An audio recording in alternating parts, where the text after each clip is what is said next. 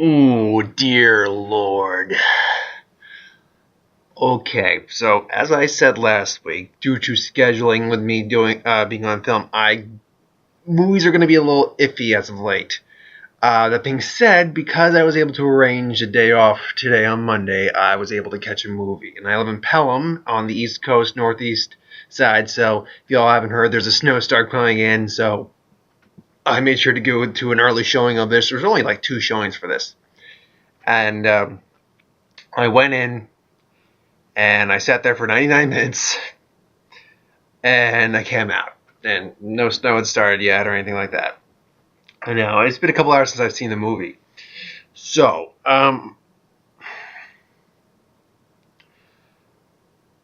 this...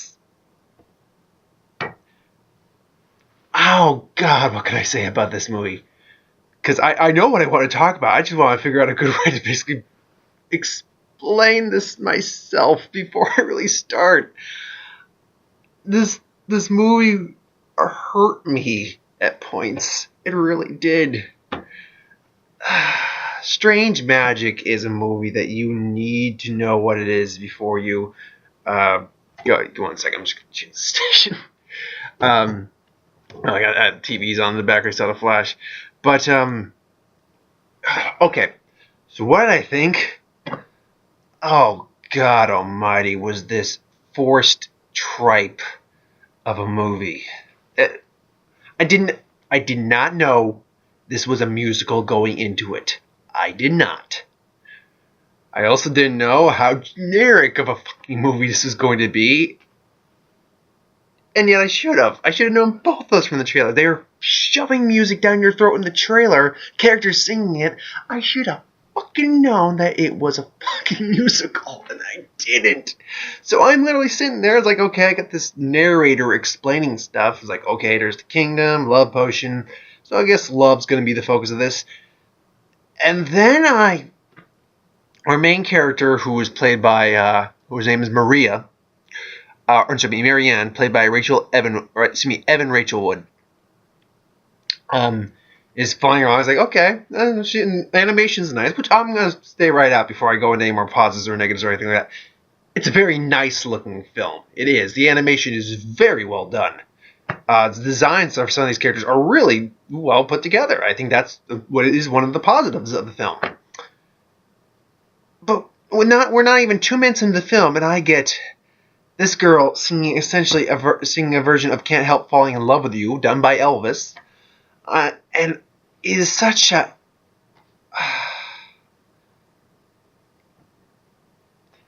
Here's a good example of a comparative analysis to this.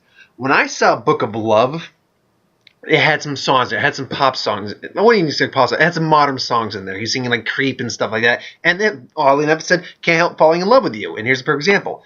In that scene, he was honestly trying to romance the woman he loved. He had set up this big scene. I explained. You can watch my Book of Life review to see what I mean by this. There was this big tree, and there was a bridge leading up to over water. He had lined it all up with candles and stuff like that. And he was just really trying to pour his heart and soul out to this woman that he loved.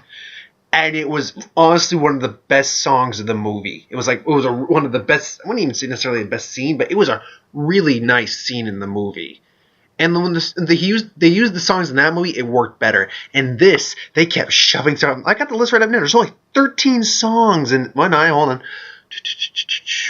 There's technically only 13 moments where they sing, but there's 15 songs in this movie. And this movie's 99 minutes long, meaning it's just under 100 minutes long. If you do the math correctly, and it's not hard to do the math, all you gotta do is divide that in. That means that there is literally a song every 8 minutes in this movie. And here's the big problem.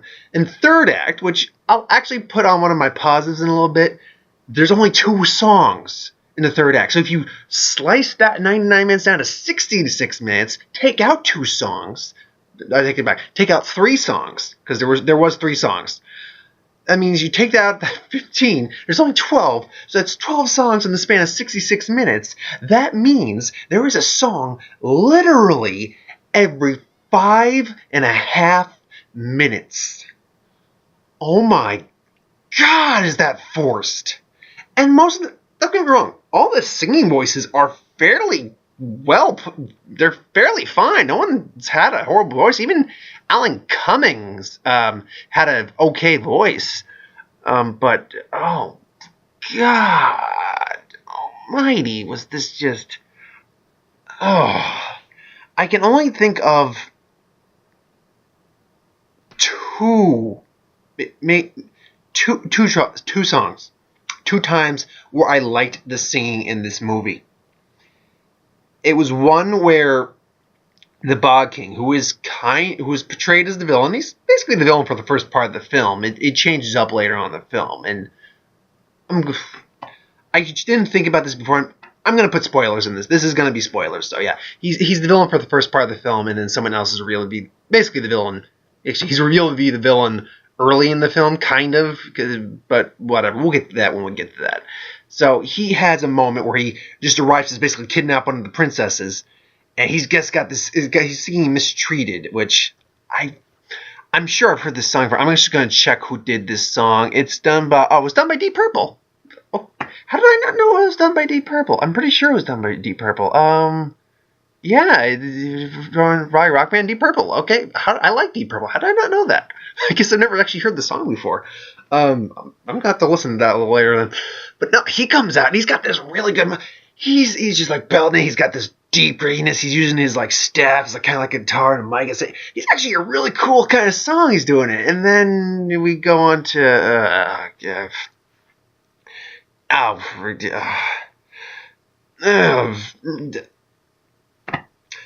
you see in the trailer where the princess, the sister of our main character, is kidnapped and she's got a love potion. Here, she starts singing, I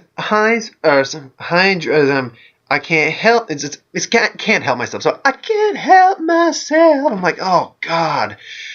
And I did laugh at some points because the characters were even just like pulling his ass, just like they couldn't stand the singing. I'm like, I'm with you guys. Shut her up. Eat her. Do something. I just shut her up.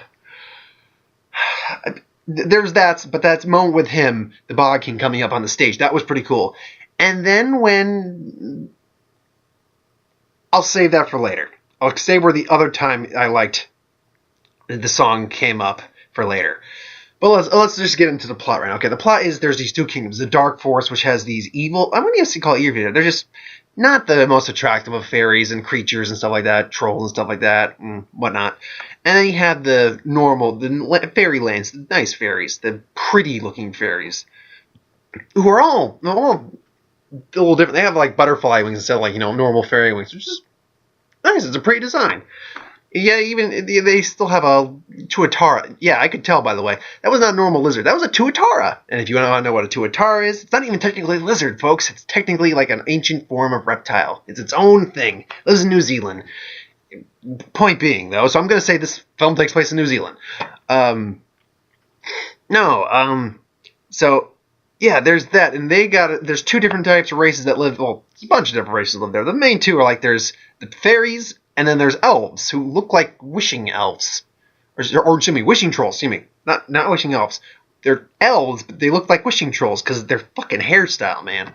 And your main character is Marianne, who's going to marry a prince, and they turn out to be cheating on her. He's really just into her for the crown and her looks, basically. And he's into himself. And he wants the crown. So he's later revealed to actually be kind of our villain. Because he tricks her friend, whose name is Sunny, who is the little elf, into stealing a love potion because he's actually in love with her sister. And her sister's kind of a ditz and a flirt, but she means well. So he goes in to steal it. Oh, actually, no. He goes in.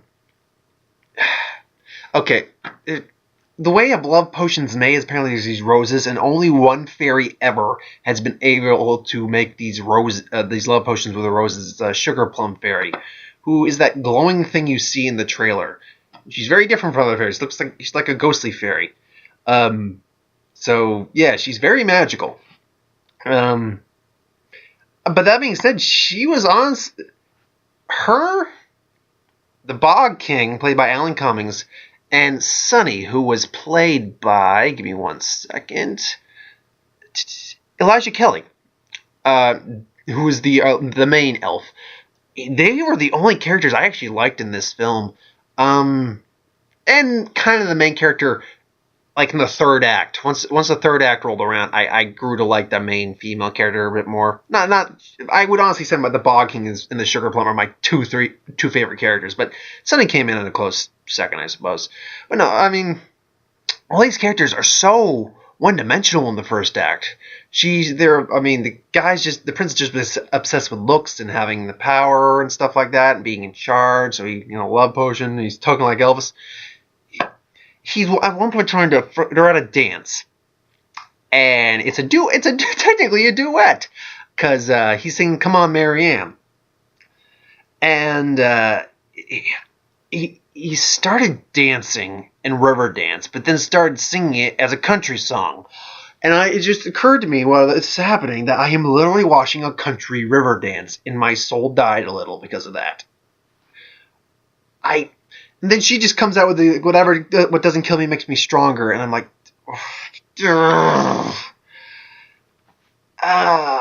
and before that is I want to dance with somebody and stuff like that, and but she trained herself to be a warrior and stuff like that, and it's fine, I suppose, but it's just so it's everything we've seen before done again. And then Sunny gets tricked by the prince because he loves the actual other princess. So he wants to be with her, and he tricks her into getting the love potion. And he goes to the Sugar Plum Fairy, who was captured by the Bog King due to that fateful night, which they allude to and finally reveal later on what it was. He basically loved someone, you asked for the potion, and it didn't work. So he assumed one reason or another he couldn't be in love and hates love. And that was the thing. When we get introduced to the Bog King, he's actually a kind of a cool bad guy. He's this just brooding, menacing looking guy. He's like, I hate love, I want to destroy love, because when there's love, there's chaos and stuff like that, and I hate love. And it turns out he was brokenhearted is what it was, which, yeah, whatever. We saw that coming. A lot of this is seen coming. You can see where everything's going a mile away. But I can't say it hurts the film, because we've seen films do this to death already. It just doesn't help the film at all.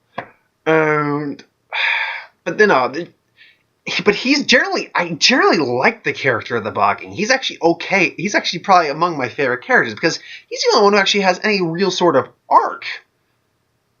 Any sort of real interesting arc, because here's how it goes. We get through, he's evil, he's bad. We understand he hates love, but it's like, why? And people allude to this fateful day, including his mother, who's like this. I want to say he's like this old Jewish or Jersey woman. It's hilarious. She's actually pretty funny. She keeps trying to set him up with people, and it's just awkward for him. It's like, oh god. But he captures the first princess, and then they dukes it out with the other one who tries to save her, and then they are just like, okay, look, she kind of got hit with a potion. She loves you. I was like, well, are you working on an antidote? Well, it's like, where's the antidote? Working on it and stuff like that. It's very, he's just like, doesn't want to be in this situation. It's like, look, I didn't ask for this. Just stop it. It's like, come on, you want some sex? It's like, well, sure. And then his mother kind of set up this little romantic thing. They're just like, oh, God. And then they start bonding, realize they have a lot of common. And, our relationship actually forms from them. And then they actually end up together at the end, and it's nice the way that happens, I suppose. I mean, it is nice because there's a message in there, but it's both a positive and a negative that I will get to in a little bit. I have to go over a few more things before I get into that, because that's a really fucking conflicting thing I'm on for that. So yeah, and the Sugar Plum Player, I gotta get to the Sugar Plum Player, because I mentioned she's my other favorite character. She's just this very, kind of energetic, bubbly kind of character, but she's also got wisdom and stuff like that, so she explains the whole shit with the potion, why it works, why it doesn't, wants to be free. She's very energetic and stuff like that. She's just really light and fun, really, for most of the time, and I enjoyed that.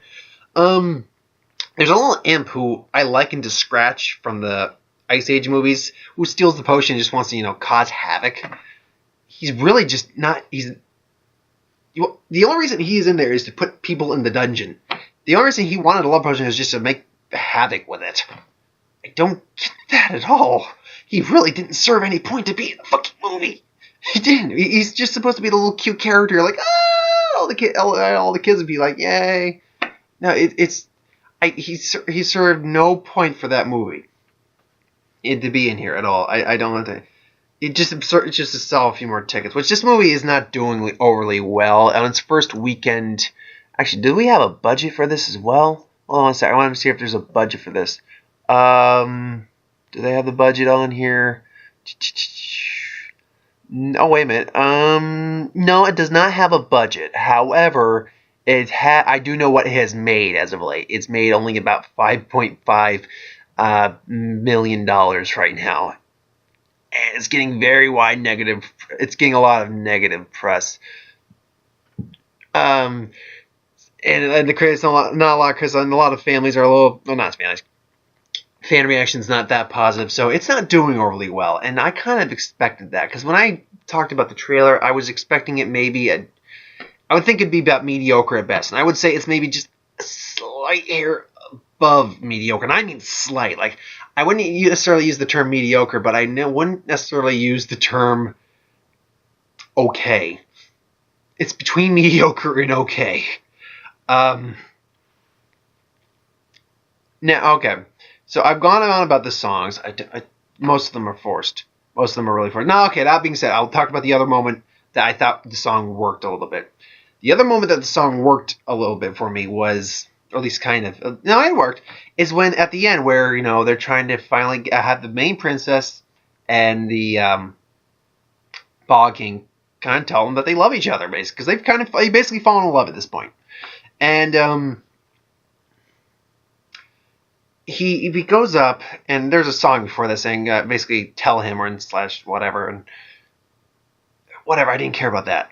But then he just goes, and he starts singing, I Can't Fall in Love With You. But the difference between that moment and the beginning is that that beginning moment was just like an opening intro to a song where it's just like, oh, the happiness, and it was so fucking forced and contrived. But when this happened, it wasn't this like petty love that just blind love we see in the beginning. He's honestly fallen in love with this character, and he's trying to honestly tell his feelings to her. So he's just being very genuine and innocent and scared about what's going to happen. But he's just like, you know, he starts kind of just singing quietly. Granted, his voice not necessarily is the worst, but you know, for certain songs it works better. Like in the last one where they sing "Wild Thing," which I'll admit that's not the worst moment. It's at least one of the better singing moments, but they sing Wild Thing and duet together, and it worked better than, say, some of the other songs. But the moment he started singing, I'm like, okay, this worked for me, because it really does remind me more of the moment in Book of Life where he's singing, the Joaquin character singing to the other girl, or the girl he loves. So because I feel a song like that, anytime you're singing a song that has to do with love like that, needs to not be done as a fucking just, you know, singing and free and stuff like, no, it needs to be sung to someone to express your emotions to them and make them kind of understand and, you know, believe, you know, they feel the same way about you.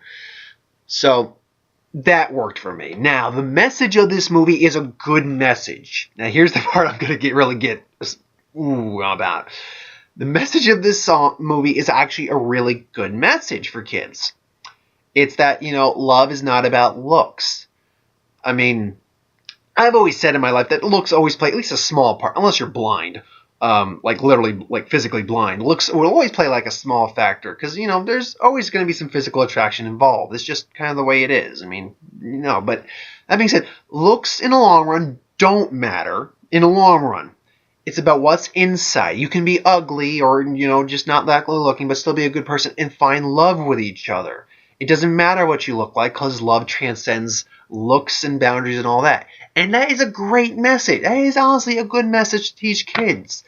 The problem comes with the fact that the movie doesn't actually let the kids come to that realization on their own. The king comes in and actually legitimately explains the information to the audience. They explain that lesson. I'm like, all the learning you just, the minor learning you actually put into here for this lesson, you just, here kids, see, that's what you should learn. Instead of letting the kids come to the realization on their own and learning that. And that bothers the piss out of me. You don't think the kids are smart enough to learn that on their own, so you gotta basically just say it out loud? No! Okay, Beauty and the Beast did it perfect. Beauty and the Beast is a great example. Is where they show the progression over time. They see the love, and that love is, it transcends the physical. She falls in love with him and stuff like that. I can't. It's been a while since I watched the movie. She may have said a line regarding the fact that whatever, and it's like love's is not a thing, but it's done far better in something like in Beauty and the Beast than it is here. Yeah, I mean, I can't. There's plenty of other movies that have done that moral better than this movie did, because they don't usually don't have to explain it to you. They just let the movie progress and let the audience come to that realization on their own, and that's perfectly fine. It's a great lesson for kids. It is a great lesson for kids and people. You just don't have to say, "Oh, yeah, this is your lesson for the day. This is." Wheel of morality, turn, tell us the lesson that we will learn. This is like something on Animaniacs, except not funny. Oh. So, my bottom line is, I can't say I hated this movie, because visually it's a very nice movie to look at. It does honestly pick up in the third act. Granted, it's only about 100 minutes long, so it's not a long movie. But if the third act picks up, because there's very few songs to the third act, there's only like 2 or 3 moments of singing that I actually thought worked. There's only a couple characters I actually liked. And it's just a done-to-death concept, a done-to-death idea. And they're going to keep doing that again, too. But it's so the music is forced. The plot is contrived most of the time. No, character relations don't work until really later on. Again, I didn't like the princess. I wasn't a big fan of the princess character at first. She did grow on. At least grew on me after a while. No one else grew on me after a while. If I either liked someone off the bat or didn't like someone off the bat. She was the only one who actually grew on me later on. So I will honestly say I did like the female character, the female lead, the main character, in about, I would say, the second half of the movie. But after that, no one else besides her. The Bog King, I would honestly say, is my favorite character, followed right by the Sugar Plum Fairy, and then the Sunny character. Sunny character I can at least relate to. I can relate to the Sunny character, because I've been in his position. I'll just leave it at that. In terms of where he was, or what the kind of desperation, now granted, I would not use a love potion, because that's the fairy explained, and I immediately saw that plot point coming. It's like, the only antidote is true love, because the potion's fake love. There's nothing real about it. So, yeah, anyone could have fucking figured that out. Because, apparently she's like, the antidote's a riddle. It's like, I hate riddles. It's like, it's true love, you sons of bitches. But no, yeah, I mean, point being, Sunny was like the actual relatable character to me, I feel. Minus the fact that I would not use a love potion, because I also know that would not be real, so there'd be no fucking point to it. Regardless. Yeah, so the forced songs, the fact that it's short both helps and hurts it. It helps that it just gets it done quicker. It hurts the fact that it doesn't allow for a lot of decent character development in some points. Again, I think the Bog King is the only one who's got any real good character development. Sunny's okay, but he's the only one who's got any real decent arcing. And maybe the main Princess Marianne later on in the film. So that, combined with the songs, compiled with the fact that it's so generic, and then compiled with the fact that the message that just pissed me off. That honestly pissed me off that you just said, okay, we're not going to let the kids learn on their own. We're just going to shove the information in their face. Like, okay, this is the lesson you should learn by now, kids. That pissed me off. So at the end of the day, I'm giving this about a 4 out of 10. I wouldn't say I'm being nice. I would honestly say it's below average, but it's not the worst movie. I would maybe say, I'll say if you want to see it once. The only way I'm ever seeing this movie again is if a friend of mine wants to see it, and I really have already seen everything else, so I'm like, okay, I'll bite the bullet. You know what, maybe it might be better a second time. I really seriously doubt, because half the time with the music, I was just literally doing this. I took my glasses off and just went, oh god, make it stop. And there was a family like 2 rows down from me, and I was muttering this. I don't think they heard me, but I'm just like, oh god. Because for a while, I thought I was going to be the only one in there, but the minute the film actually started, a family came in. I'm like, well, alright, I'm not the only one in here. So I only got one new trailer from Disney Nature Monkey Kingdom. And it's basically kind of like not Brother Bear, that Chimps movie where it was like basically chronicling the lives of these animals. And the aspect, it's like a narrator. It's like, oh, this girl and her son and her newborn are gonna face obstacles and stuff like that. I'm like, okay, just lovely visuals of India, which I'm assuming this is where it takes place, or somewhere in the Asian continent, because they see other animals like a monitor, a leopard, which are in India, so it's very possible that is the place that they're showing. And I think it's an Indian species of monkey, but I don't care about those movies much. I'll